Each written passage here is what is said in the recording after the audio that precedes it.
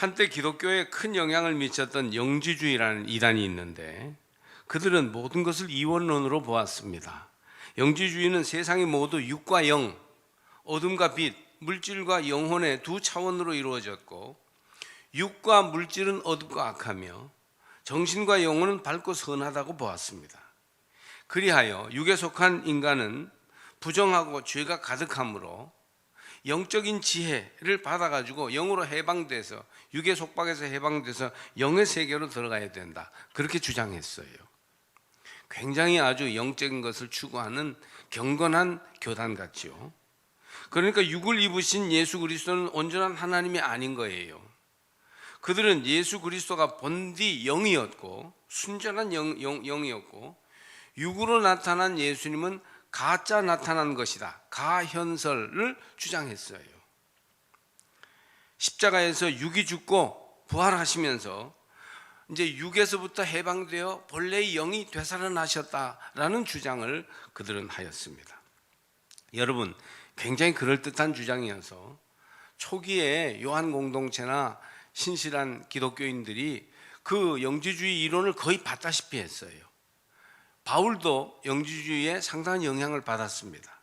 그러나 그 영지주의의 가르침의 본래 가르침은 이단입니다. 기독교와는 다른 가르침입니다. 왜냐하면 하나님은 영이시나 육으로도 역사하시고 물질의 세계를 창조하시고 섭리하셨습니다. 하나님은 육과 영의 하나님, 이생과 내생의 하나님이십니다. 할렐루야. 영혼이 중요한 만큼 물질의 세계도 중요합니다. 여기에 아멘 하셔야 됩니다. 영혼도 중요한 만큼 물질의 세계도 중요합니다. 영이 구원받은 사람은 육도 건강하고 물질도 잘 사용하며 살게 되어 있습니다. 할렐루야. 한마디로 정통 기독교 가르침에서는 구원을 이루는 데 있어서 정신만큼 육체도 중요하고 영혼만큼 물질도 중요하다는 것입니다. 이원론이 아니고 이론론, 오직 하나님 한 분이 모든 영과 육의 일들을 창조하시고 주관하시는데, 영혼도 잘 돼야 하지만 물질계도 잘 돼야만이 온전한 구원이 이루어졌다, 그렇게 말할 수 있습니다. 육체의 건강이 요즘은 사람들의 으뜸가는 관심 중에 하나입니다. 바야흐로 살과의 전쟁이 시작되었죠. 사람마다, 가정마다 날씬하고 건강한 몸을 가꾸기에 열심입니다. 여러 해 전에 조용히 어떤 권사님이 제게 물어보았어요. 사모님은 어떻게 살을 빼고 계세요? 제가 잘 모르니까 글쎄요, 무거운 훌라후프를 좀 하고 다리 들기 운동하는가 봐요, 그렇게 말했어요. 집에 와서 그 얘기를 했더니 정말 살 빼기 운동하는 사람을 못 봐서 그렇지 자기는 운동하는 것도 아니라고 했습니다. 정말 몸에 대한 사람들의 관심은 상상 이상입니다. 아마 추석에 가족들이 모여서 나눈 대화 가운데 몸에 대한 얘기도 틀림없이 빠지지 않고 들어있을 것입니다. 매일 TV를 켜면요, 그런 얘기가 막 나와요. 예를 들어 많은 질병의 원인이 되는 비만은 예방 가능한 사망 원인 중에서 흡연보다 앞섰습니다. 심장질환, 뇌혈관 질환, 고혈압 질환이 다 이런 것과 관계가 되는데 10대 사망 원인 질병 중에 들어갑니다. 유기인 당뇨도 비만과 무관하다 할 수 없습니다. 자가용이 생활화되고 모든 것이 자동적으로 처리되는 편리한 세상은 점점 사람의 활동량을 적게 만들어요. 미국인의 78%가 하루 활동 권장량을 채우지 못하는 실정이라고 하고, 우리나라도 절반 이상의 사람들이 운동 부족일 것입니다. 저도 스마트워치나 스마트폰을 통해서 하루 만보 걷기를 소망하고 있는데 대부분 그 목적에 도달하지 못하고 하루를 보냅니다. 이렇게 저녁에 보면 3,000보, 1,500보 이럴 때가 많습니다. 저 개인적으로 볼 때도 하나님의 뜻을 이루는 생활을 위해서 신체적 측면이 매우 중요합니다. 사람들은 목회자가 주일에만 일하는 줄 알지만 사실은 주간 내내 일에 매여 있습니다. 사고나 장례가 교인 중에 나면 밤중에라도 직접 달려가거나 대처해야 합니다. 예를 들어 어릴 때, 아이들이 어릴 때 어느 해 휴가를 가서 첫째 날 저녁을 해 먹을 때 연락이 왔어요. 때로는 교회 사무실에서 교인 중에 한 분이 돌아가셨습니다. 돌아가시면요, 모든 걸 중단하고 돌아와야 돼요. 그래서 급히 짐을 싸서 돌아오니까 그때 아직 초등학생이었던 막내가 막 안 오겠다면서 엄마 아빠 오빠 언니 다 가, 나 혼자 있을 거야. 그 바닷가에 자기가 어떻게 혼자 있습니까? 그러면서 우리가 그래도 달래서 결국 다 돌아오니까 자기는 절대 목사랑 결혼 안 할 거라고 하였습니다. 그때는 그런 말도 좀 있었거든요. 농담 반 진담 반으로. 그래서 진짜 목사랑 결혼 안 했습니다. 하나님의 일을 감당하려면 몸을 최고로 유지하는 일이 아주 중요해요. 목회자가 건강하지 않으면 이런 모든 어려운 사역의 대부분을 지장을 받을 수밖에 없습니다. 고린도전서 6장 19절 20절은 문맥상 성적 순결에 대한 것이지만 좀 넓은 의미로 몸의 건강을 지키는 말씀으로 적용할 수 있습니다. 너희 몸은 너희가 하나님께로부터 받은 바 너희 가운데 계신 성령의 전인 줄을 알지 못하느냐. 너희는 너희 자신의 것이 아니라 값으로 산 것이 되었으니 그런즉 너희 몸으로 하나님께 영광을 돌리라. 19절 20절 말씀입니다. 우리 몸은 성령의 전이입니다. 만일 성령으로 거듭났다면 성령께서 우리 안에 거하시기 때문입니다. 어떤 사람들은 우리는 크신 하나님을 섬기기 때문에 몸이 뚱뚱합니다 라고 말합니다. 그것은 성경을 잘못 해석한 것입니다. 제자들이 겟세마네 동산에서 기도하라는 예수님의 명령을 받았지만 너무 피곤한 나머지 졸고 있었습니다. 몸이 약해서, 그 육신이 따르지 못해서. 그때 예수께서 마음에는 원이로되 육신이 약하도다 하였습니다. 우리는 육신이 약해서 하나님의 일들을 거스를 때가 종종 있습니다. 바울도 로마서 7장에서 그런 말을 했어요. 내가 원하는 바 선은 하지 아니하고 도리어 원치 아니하는 바 악을 행하는도다. 7장 19절 로마서. 이것을 신체적 삶에 적용한다면 내가 먹지 말아야 할 것을 먹고 먹어야 할 것을 먹지 않는다. 내가 해야 할 운동을 적절히 하지 않고 게으르게 있다라고 말할 수 있습니다. 또 몸이 건강하기 위해 무엇을 해야 하는지 알면서도 우리는 하지 못할 때가 많습니다. 우리 몸을 잘 돌본다는 것은 단지 세속적인 관심에 그치는 것이 아닙니다. 이것은 영적으로도 매우 중요해요. 왜냐하면 우리는 하나님께서 주신 선물인 이 세상에서의 삶과 영원한 삶에 대해서 선한 청지기가 되어야 하기 때문입니다. 선한 청지기로서 사명을 잘 감당하려면 건강하게 우리 육체라는 그릇을 보존해야 합니다. 하나님이 건강한 몸을 주셨으니 잘 지키고 활용해야 될 책임이 우리에게 있습니다. 아무쪼록 건강 잃지 마시고 잘 지켜가시기를 주의 이름으로 축복합니다. 먼저 식생활을 돌아보아야 합니다. 몸을 위해서 무엇을 먹어야 할까요? 식생활로 나는 하나님을 영화롭게 하고 있습니까? 우리 속에서 전쟁이 일어나고 있습니다. 우리 안에 두 사람이 살고 있어요. 허약한 사람과 강건한 사람입니다. 음식에 관해 식욕이 왕성한 사람은 항상 모든 것을 먹고 싶어 하고, 날씬하고 건강한 사람은 아니야, 몸에 좋지 않아, 양을 줄이고 입에 맞는 것보다 질이 좋은 음식을 먹자라고 말합니다. 체격을 감당 못하는 약한 사람과 자기 체격을 잘 감당하는 건강한 사람이 우리 안에서 말하자면 전쟁을 하는 것이에요. 하나님을 영화롭게 하기 위해서 우리는 어떻게 해야 하겠습니까? 고소하고 맛있지만 칼로리가 높은 기름진 음식이 문제가 될 때가 있는데, 나이 드신 분들은 이런 것을 적절히 조절할 줄 아는 편입니다. 그러나 젊은이들일수록 정크푸드라고 하는 이런 음식들을 너무 좋아합니다. 종일 나름대로 살찌는 음식을 절제하다가 밤이 되어서야 항복해버리고 치킨이나 피자 같은 음식에다가 당이 가득한 탄산음료를 먹고 마시고 마는 것이죠. 사람들 앞에서 음식 조절한다면서 안 먹고 있다가 어느 시간에 참지 못하고 폭식하는 것을 습관적으로 하는 사람들도 있습니다. 안 먹으려고만 하면 실패하기 쉬워요. 무엇을 먹어야 되는데 좋은 음식을 적절히 선택하여 먹는 것이 좋습니다. 꼭 비싼 음식이 좋은 게 아니니까, 오히려 싼 음식, 나물이나 채소들이 훨씬 좋으니까 그런 음식들을 가려 먹는 것이죠. 전통 건강 음식들, 콩 음식이나 발효 음식을 잘 먹는 것이 필요하다고 합니다. 여러분 더 잘 아시겠어요.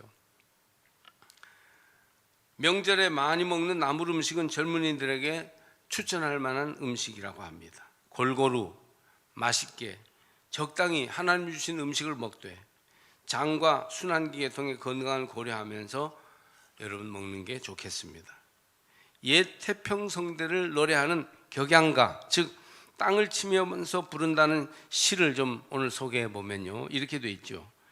일출이작 해가 뜨면 들에 나가 일하고, 일입이식 해가 지면 집에 와서 쉰다. 착정이음 우물을 파서 물을 마시고, 경전이식 밭을 갈아서 밥을 먹으니,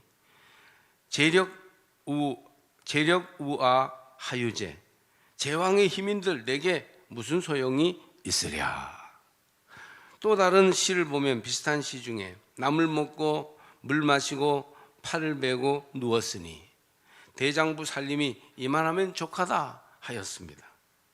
여기서도 나오는 대로 검소한 섬유질 음식과 물을 많이 마시는 것은 건강과 행복에 도움이 된다고 합니다. 가장 초라한 음식이지만 우리 몸에 건강을 가져올 수 있는 그런 좋은 음식이라는 것이죠. 여러분은 몸을 위해 무엇을 먹고 마심으로 하나님을 영화롭게 하고 계십니까? 우리 몸을 위해서 식생활에서 하나님을 찾아야 합니다. 적극적으로 계획을 세우고 실천하여 우리 몸으로 하나님을 영화롭게 할 때 하나님께서 우리에게 건강과 행복을 선물로 주실 것입니다. 두 번째로 운동이에요. 몸의 건강을 관리하기 위해서 가장 좋은 방법은 운동이라는 것은 잘 알려져 있습니다. 디모데전서 4장 8절에서 바울은 육체의 연단은 약간의 유익이 있으나 경건은 범사에 유익하니 하였습니다. 경건보다 더 중요한 건 없다는 것이죠. 경건은 금생과 내생의 약속이 있습니다. 그에 비하여 육체의 연단은 금생의 가치가 있다는 것이 이 말씀 안에 함축되어 있습니다.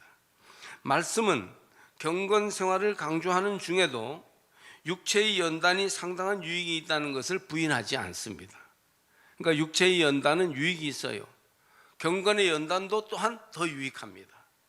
하나님이 현실적인 생활을 위해 어떤 육체적인 연단, 즉 운동을 원하시는지 우리는 살펴보아야 합니다. 원하는 만큼 최대한 빨리 운동을 시작하십시오. 제가 여러분이 다 알고 계시지만 강단에서 주의 이름으로 선포하면 아마 더 마음에 다짐을 하시지 않을까 해서 알고 있지만 말씀을 전하는 것입니다. 아침에 새벽 기도를 마치고 봉황산이나 광진산을 등산하는 교인들이 있으십니다. 잘 하시는 것입니다. 밤 시간에 장미공원에 가면 교인 한두 명을 만날 때가 많습니다. 삼척 공설운동장 트랙을 빠른 걸음으로 몇 바퀴 몇십 바퀴씩 땀이 나도록 걷는 이들도 있습니다. 탁구를 열심히 치시는 분들도 있다고 제가 듣고 있어요. 이 모든 건 아주 잘하시는 겁니다. 그게 하나님 뜻에 맞습니다.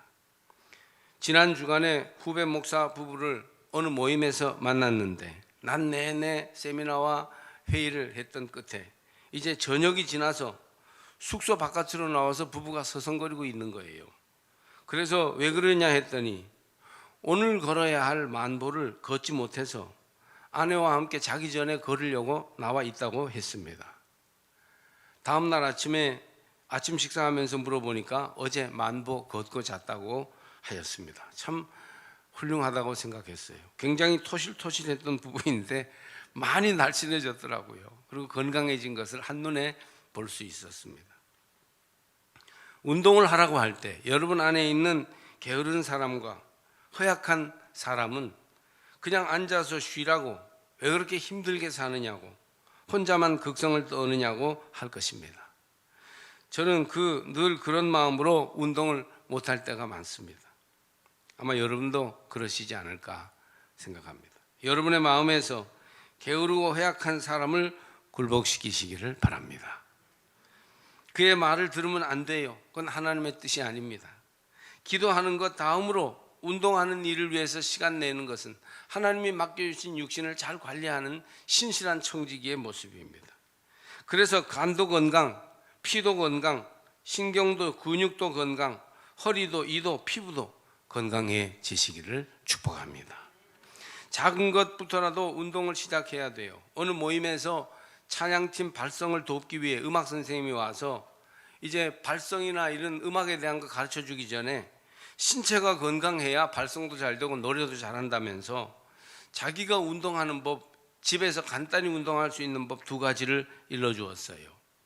아주 간단한 건데, 하나는 엎드려서 손을 허리 뒤로 하고 윗몸을 들어 올리는 겁니다. 윗몸을 수십 번 하려면 숨이 턱에 차고 땀이 나는데, 이것을 하루에 몇 번씩이나 하니까 등과 허리가 튼튼해지더라는 것입니다.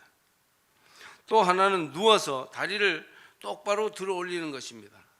50번 이상 하면, 그렇게 못하시는 분들도 꽤 계실 텐데, 숨이 차고 땀이 납니다. 이것은 하체를 단련하고 허리와 뱃살을 빼게 합니다. 그래서 이 음악 발성 가르쳐 주시는 분이 오셔서 간단한 운동을 먼저 가르쳐 주었어요. 집에서도 할 수 있는 간편한 운동이라 저도요, 그때부터 몇 달가량 했더니 얼마나 몸이 탄탄해졌는지 모릅니다. 꽤 오래 지났지만 요즘도 가끔 저는 그 운동을 하고 있습니다. 여러분, 방법은 각자 택하실 수 있어요. 하여튼 형편에 따라 운동하셔야 합니다. 운동이 주는 유익이 있습니다. 스트레스 감소, 행복감 증진, 신진대사 활성화, 활력과 민첩성 증가, 이런 것들이 되고요. 지방 및 칼로리 연소, 근육 유연성 증가, 뻣뻣한 근육이 유연해진다는 것이죠. 체형 보정, 체형이 멋있어져요. 혈중 유독성 물질 제거, 쾌적한 수면, 긍정적 자세, 부부관계의 개선 등이 이루어지게 됩니다. 이 모든 것들은 육체적인 문제로 보이지만 알고 보면 영적인 문제이기도 합니다. 운동은 사람을 깨끗하게 해주고 긍정적인 자세를 갖게 하며 중요한 일에 더 집중하게 하고 더 좋은 남편과 아내가 되게 하며 리더도 좋은 리더가 되고 팔로워, 참여자, 추종자도 좋은 팔로워가 되게 합니다. 하나님께서 여러분에게 무엇을 원하시는지를 알아보세요. 몸은 성령의 전이고 우리는 몸으로 하나님을 영화롭게 해야 합니다. 우리는 신체 건강을 위해서 이렇게 잘 먹어야, 적절하게 잘 골라 먹어야 하고, 또 그리고 운동을 해야 하는데, 그와 함께 해로운 중독을 물리쳐야 합니다. 자신을 돌아보십시오. 고린도전서 6장 12절에서 모든 것이 내게 가하나 다 유익한 것이 아니요 모든 것이 내게 가하나 내가 무엇에든지 얽매이지 아니하리라 하였습니다. 무엇이 여러분을 얽어매십니까? 무엇이 나를 지배하고 있습니까? 자신의 문제를 부인하고 있는 많은 분들을 위해서 저는 묻지 않을 수 없어요. 무엇이 나를 지배하고 있다고 다른 사람들이 말합니까? 내가 원하기만 하면 언제든 그만둘 수 있어 라고만 계속 말하면서 우리가 심리적으로 매여서 끌려다니는 무언가가 있다면 이것을 우리는 벗어나야 합니다. 우리는 하나님의 능력으로 중독을 물리쳐야 합니다. 여러분은 물리쳐야 할 어떤 것에 매여 있습니까?